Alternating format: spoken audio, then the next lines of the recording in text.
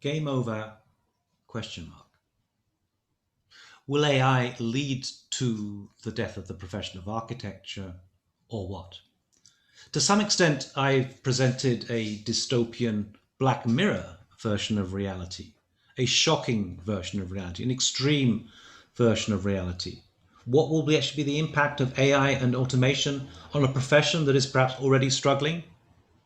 There are different views on this. I attended a conference at MIT once where one of the leading experts in AI took the view that this approach was a little bit extreme. It wouldn't have such an impact on jobs.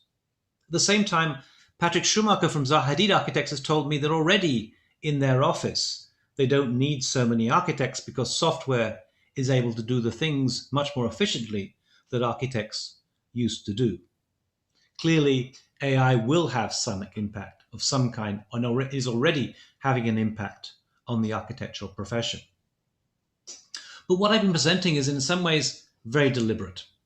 It's an example of what has been referred to as the fatal strategy. A fatal strategy is a tactic that Jean Baudrillard, the French sociologist and cultural theorist, would deploy in his writings. It was a deliberate way of getting his message across, of exaggerating the point in order to make people pay attention. Less a representation of reality and more a transcendence of reality.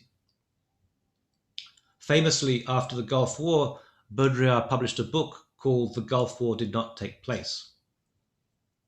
This caused outrage among certain people, among critics. How could Baudrillard possibly say this? This is the worst example of postmodern relativism.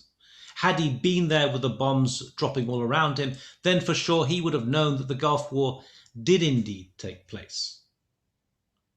Well, I have no doubt that the Gulf War of some kind, the Gulf War did take place, but I have a certain sympathy for Baudrillard's outlook, in that from the point of view of the Western television audience, at home in the cozy comfort of their living room, watching television, flicking between different channels with the Gulf War reports interspersed with advertisements and basketball matches and who knows what, perhaps even an episode of Black Mirror, to what extent would the reality of the Gulf War come across?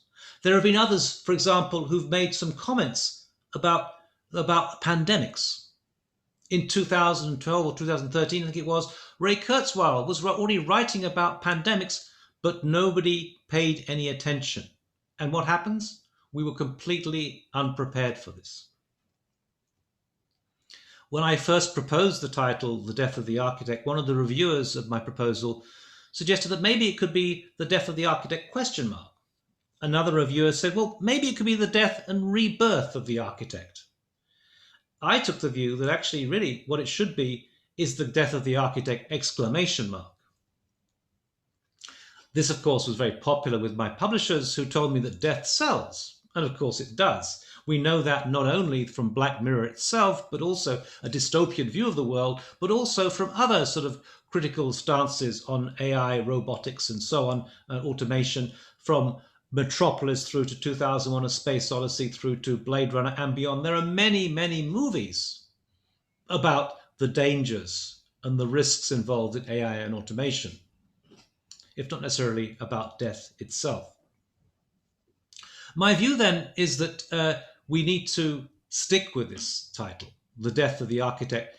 The point being that the architectural profession is already on its knees. It's already under threat from many different positions. And the introduction of AI and automation is only going to be one further facet of this. That's maybe possibly going to be the final nail in the coffin, but nonetheless, it is going to contribute towards the situation. So what do we do?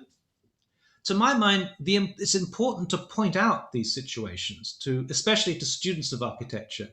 Once you are aware of a problem, it becomes a different kind of problem. It's not a problem by which you are trapped because you're naive about it. It is a problem that you have been alerted to and therefore that you can find ways to address. To my mind, the most important design that a student of architecture ever makes is not a building. It's their own career. What they can do with their own career. There are, of course, a number of obvious strategies that one could suggest.